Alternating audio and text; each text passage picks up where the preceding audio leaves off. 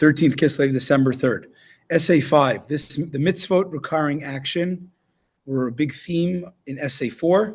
There, the Alter Rebbe explained how their observance extricates and elevates the sparks of holiness that originated in the world of Tayu, the primordial world of chaos, that are embedded in this material world and thereby causes godliness to descend there. The same, it was stated, is true regarding the study of those mitzvot, the laws of those mitzvot. And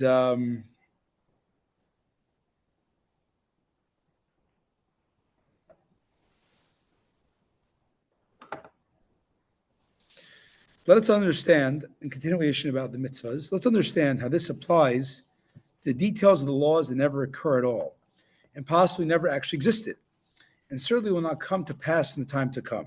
For example, the detailed laws of Pigul. Pigul is basically bad intention on the Kohen's part when he slaughters the sacrifice, which is done by mistake. It's not on purpose. So it's not something you can.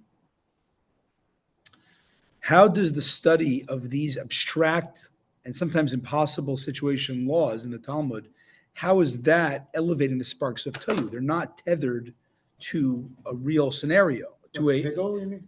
Pigul is not something you can plan on. It's something that, I mean, we're trying to understand it's almost like prohibitions.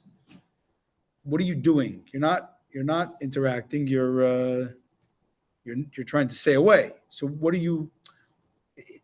It's the study of staying away from something, right? How are you refining something which you can't do? In particular, when they're abstract, very impossible, and right now, non-applicable things that can't even do. How is that refining? It's not when you study about an esrog, you could do the esrogs, you learn about it. It's also refining the reality the esrog brings to the world. But things that you can't do, or things that are, things that you can't do. How is that? How are you refining it?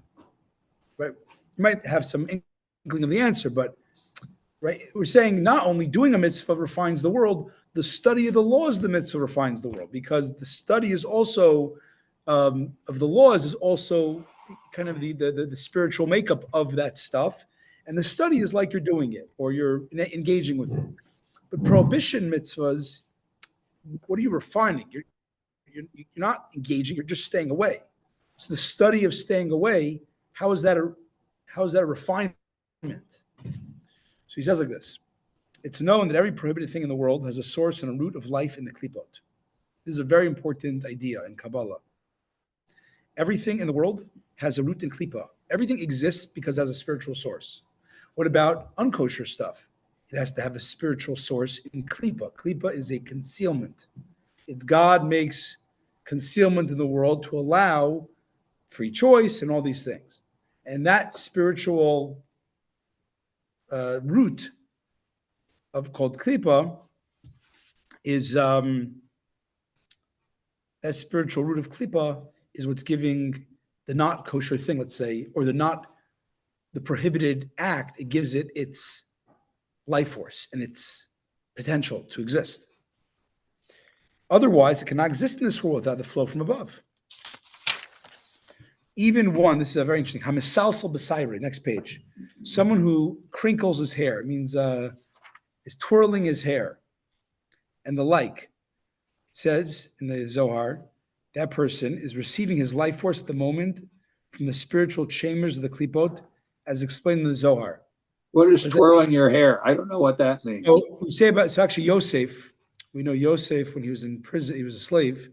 He rose up in the ranks and became the main administrator of Potiphar's house, right?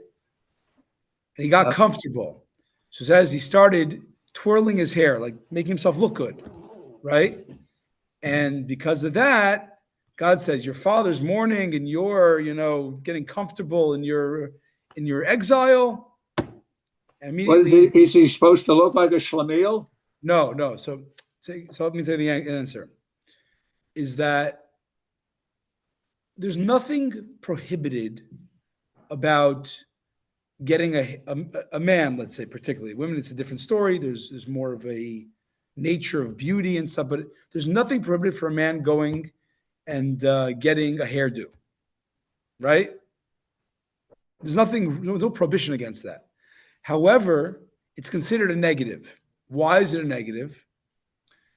Because there's a certain amount of self-centeredness that is animating the person who's trying to, I think there's looking nice and there's like, styling yourself. When a man's into style, there's a certain amount of self-awareness and centeredness that's coming to do that. Is that true? I mean, otherwise you wouldn't care. So it's this funny thing. It's not prohibition, but it has the markers of like you're too into yourself. Just as a prerequisite, just as a background, the Torah says that every Jew should look presentable, right? That's not the point. Yeah, why not? We're saying you should wear a nice suit, you should be clean, you should be kempt.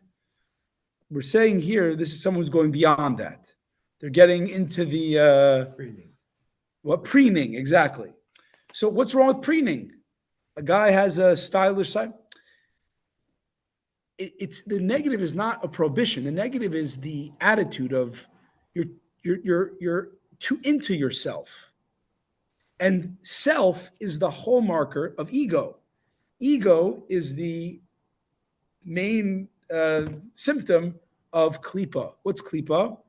Concealing God and the world feeling itself, seeming independent. Therefore, that's why it's considered a negative. Therefore, even the particular prohibitions, it never became practical in this physical world. So this is the main point. Everything in the world is made up of holiness or klipa. If it's prohibited, it's from klipa. And even things, potential negative situations that aren't practical, they're very theoretical. The Talmud is a lot of theoretical. The roots of their life force do actually exist in the spiritual chambers of the klipot. Even the particular instances that will never occur, for example, errors and unwitting misdeeds, like when tithing, erroneously calling the 9th sheep the 10th. There's a thing when you tithe your sheep, you're getting the numbers wrong. The eventuality, it doesn't have any, it's not deliberate, it's a mistake. It's a prohibition, it's a mistake.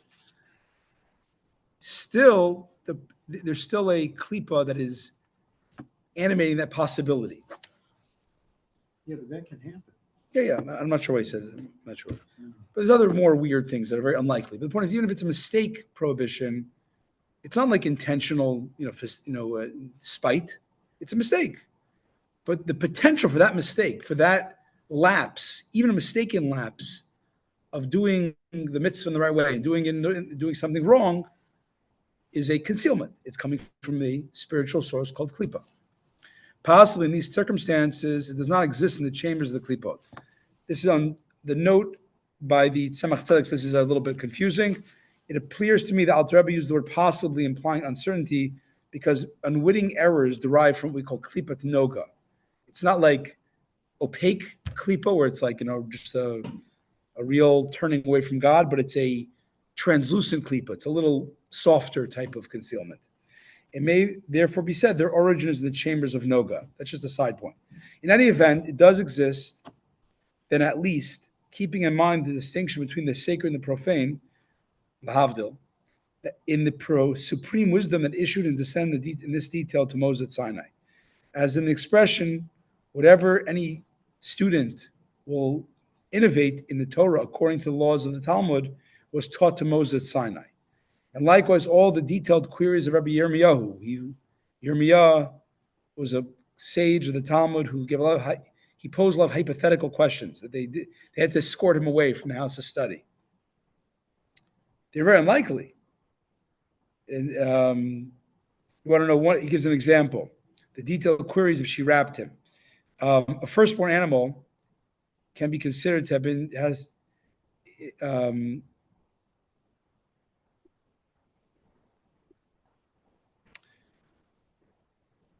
I'm not sure the exact case. Okay. But Rashi and the Tosfos argue. What happens if the person assisting the birth wraps of the animal as it's born? Is it considered opening the womb? I'm not sure why. No. Rabbeinu Tam, a cow being born with the firstborn bull and wrapping itself around it.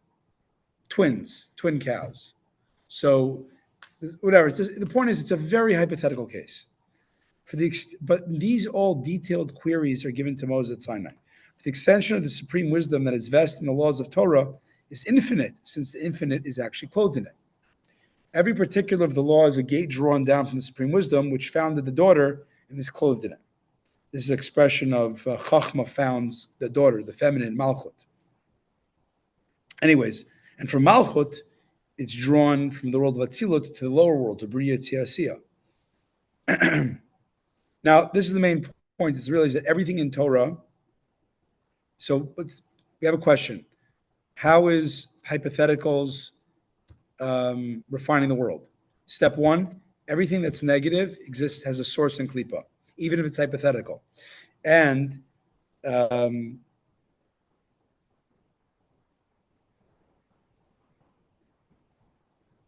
the very least, the hypothetical, even if it's exists, it's all in Torah. Torah is God's wisdom. Wisdom, we know Chachma is the portal to the to beyond. Right. It's the portal. It's the portal for the infinite. So Torah is infinite. So the fact that there's all these hypotheticals are just glimmers, are just gateways to the one entryway to Torah, which is infinite. It's known that the nurture of the klipa derives from the hinder part of the 10th shirt of holiness. So now another step two. Klipa is the backside of the kedusha, of the holiness. Holiness is like the front, face to face. Klipa is the back. And God, of course, what does this tell you, this metaphor? God needs a world with free choice. So it has to be bad. But is the bad? It's just a potential that's not good. You understand? You don't have to do the bad thing. But to have free choice, there has to be the possibility for it. So before it's done, is it bad? It's just to give free choice, which is the purpose of reality. There has to be that possibility. So in the Torah, the fact that it could talk about negative, a lot of prohibited cases, even very detailed ones, it's because it's all part of Torah. Okay, and now the garments, the 10 sirot of Bria Tziyasiyah, the lower worlds, and more precisely, they derive their nurture from the garments of Yitzir and Asiyah. They're intermingled with Klipa, meaning, for as it's known, the nurture of Klipa derives from the state of garments. And so the way, I didn't get a chance to look at it too much, but the way the Steinsaltz Tanya says is, the fact that, why is there bad in the world? Because to have good, you have to have bad. But do you have to go do the bad? Thank you. Do you have to go do the bad? No, it just has to be there.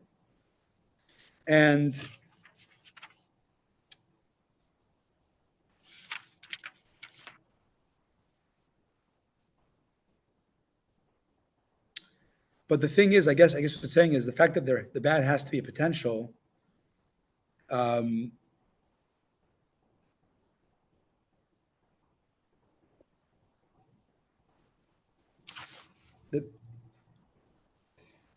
That is a bit of negativity there. So the whole goal in life is ideally be a tzaddik. Don't do the bad, do the good, and you're good. But the reality is much deeper than that, because the bad has to be transformed, has to be dealt with. So one way is by not doing bad and doing good.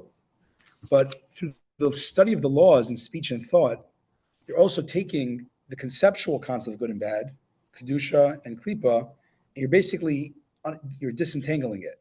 You're extracting, this is good. I'm only going to talk about a sin as part of Torah. So you're not just like staying away from it, you're actually doing surgery on it.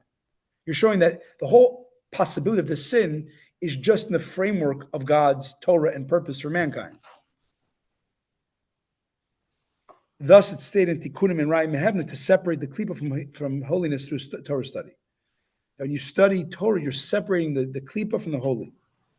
This accords what's known concerning this teaching of our sages. They asked, the prophet said, why was the first temple destroyed and the Jews exiled? And he gave a surprising answer. The Jews of the first temple era did not recite the blessing before Torah study. Just to clarify, the Jews of the first temple were idol worshippers. Some of them were idol worshippers. There was a lot of negative stuff. What was the big thing? They didn't say the bracha birchat haTorah before studying Torah. Like, they're studying Torah though. They didn't say the blessing. That's pretty good. I mean, today we'd be pretty happy in today's. Why wouldn't they say the blessing? So listen, you'll see why in a second. But it doesn't sound like such a big deal that they deserve to be exiled and the first temple destroyed. The reason is that the whole way we study Torah is not only because it's a beneficial guide to life. And we don't study only because it's an incredible intellectual canon of wisdom. It's that might be, but that is not the full extent of a Torah. Torah is not just a brilliant wisdom and a guide to life. What's the real reason we study Torah? It's a portal to God's infinity. As you said, the wisdom in it, it's God's wisdom, and the wisdom is the portal to beyond the wisdom. Wow. And when they didn't say the blessing, they were rejecting that. I will study Torah because I love the intellect of the Talmud. I study Torah because it's a wonderful guide to life. To say that it's godly, to say that it's connected to the infinite, they didn't want to say. And that was, based on what we just said, that creates a, you're not doing surgery, you're not refining the bad. In other words, it sounds to me like getting kicked out of the land of Israel in the first destruction was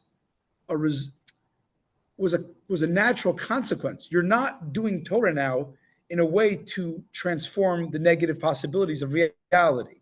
Okay, then those negative. So first of all, you're not you're basically corrupting the Torah from what it really should be doing. What should it really be doing is bringing more of God's energy to the world and extracting the bad. But you're not doing that. You're not looking at it as that type of project. So what happens? Then bad wins, I guess. Mm-hmm. It's like, even today, you talk about, different isms that are anti-American and whatnot. Like, oh, we're going to fight it. We're going to fight anti-Semitism. We're going to fight, we're going to fight this anti-American thing on campus, right? What? Like an ism, like a philosophy, like a way of life. While not realizing, if you don't try to change it on the conceptual, on the mind level, it's not going to go away. It's stronger. Right. I mean, it's an interesting concept. This separation is affected by drawing down infinite light into the supreme wisdom clothed in them, and the laws of the Torah. Through the Chachma, they are sorted out through the infinite light that's within it. This light is drawn into the supreme wisdom by the supernal likeness of man, who is also occupied with these laws above. There's another thing. When you study Torah here, your soul is not limited to the body. Your soul is really up above as well. Wow. You have a super conscious part of the soul. And it's your soul. It's you. It's Basil David. But it's not in the body. And when you're studying here, your super conscious part of the soul is also studying. Everything. But that part of the soul is in a higher realm, and its source in Nukva of Zav, Bria, Tzesi, in the higher worlds. Thus, we can understand the requirement. So, if we stop till now, what's the answer of why we study all types of negative possibilities in Jewish law, and even hypothetical cases? Why do we study it? To keep them, you could say it's to keep the mind sharp, to understand the difference between the good and the bad. I mean, that would be a simple. That's a simple way to point. put it, but in doing that, you connect with the higher wisdom. So. In your differentiating of what good and bad is here through your study of Torah, good being connection to God, bad being disconnect or concealment from that connection, that's essentially what mitzvah and sin is. It's Right. Are you connecting to eternality, or are you temporarily covering over that.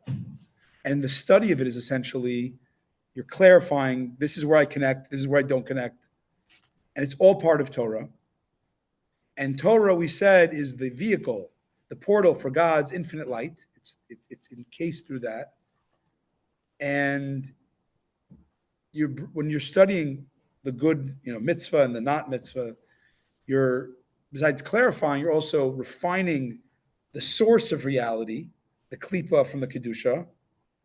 And I think also you're bringing more of God's energy, the infinity, through that study of that law, that gateway into reality, which also has a refining effect.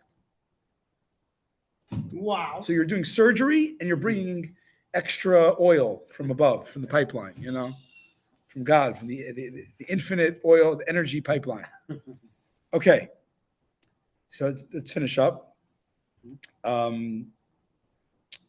Thus, we can understand the requirement that every nefesh ruach neshama, every conscious soul structure, every human soul, every Jewish soul, fulfills all 613 commandments in thought, speech, and deed, meaning the details of these laws.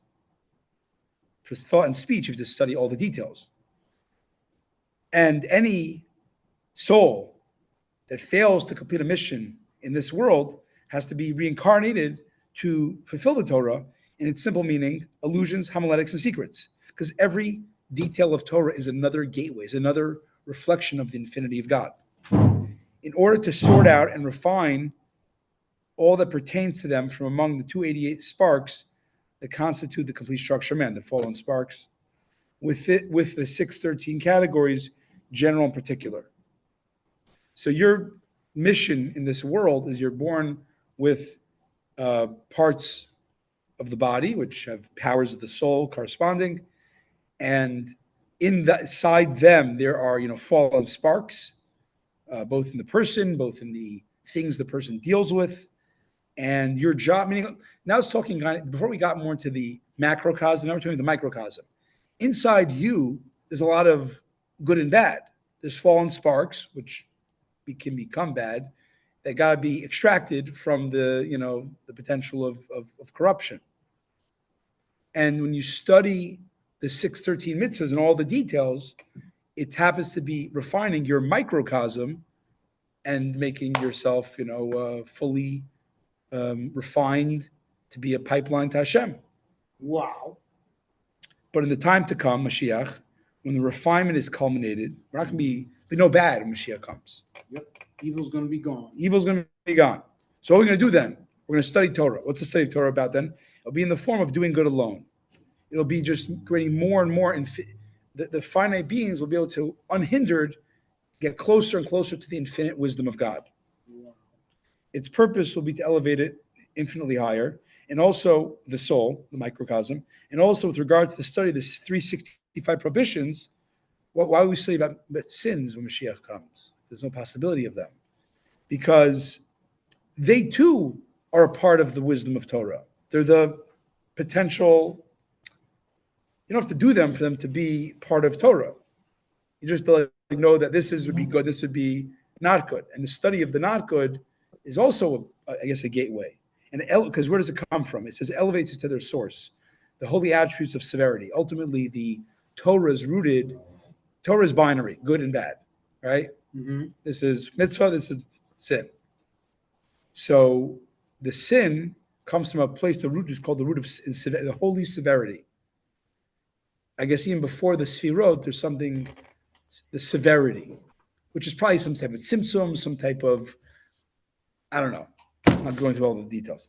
And to sweeten them through the attributes of kindness that are in the 248 positive commandments, to fuse them.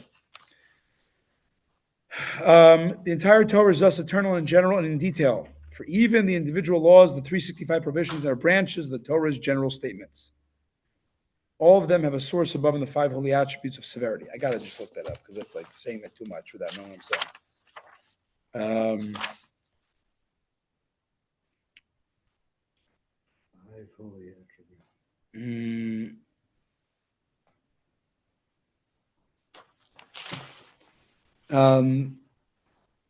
So everything in reality is made up of chesed and gvura. Chesed is flow, and And it's like, colors and then, delineating, drawing the colors. You can't just you can't just, you can't just, you can't draw a picture with one color. You can't play music with one note, it says here. So the divine can't reveal itself with just chesed. Every limitation of chesed, meaning other contrast, comes from the side of Gevurah. In the source, Gevurah is not concealment, certainly not evil. It's the revelation of that which we do not see, which is in a certain sense the more immense revelation. This is, a big deal. This is a lot of see Torah or 9:3, which was a few weeks ago. In the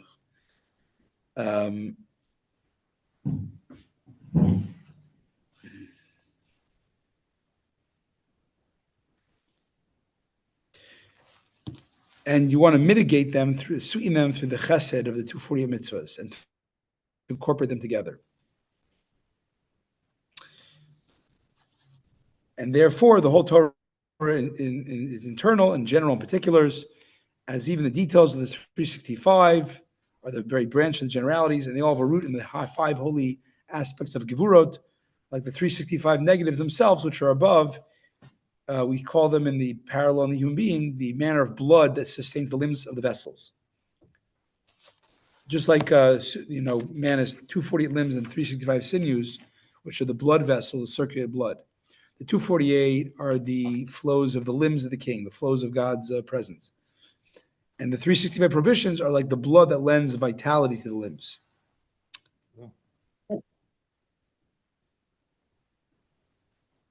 I don't really understand how, but the point he's just trying to say here is that that why do we study Torah? It's not just a guide to life. It's not just intellectual curiosity. It's of great cosmic importance of refining the stuff that the Torah is talking about, which is both good and negative.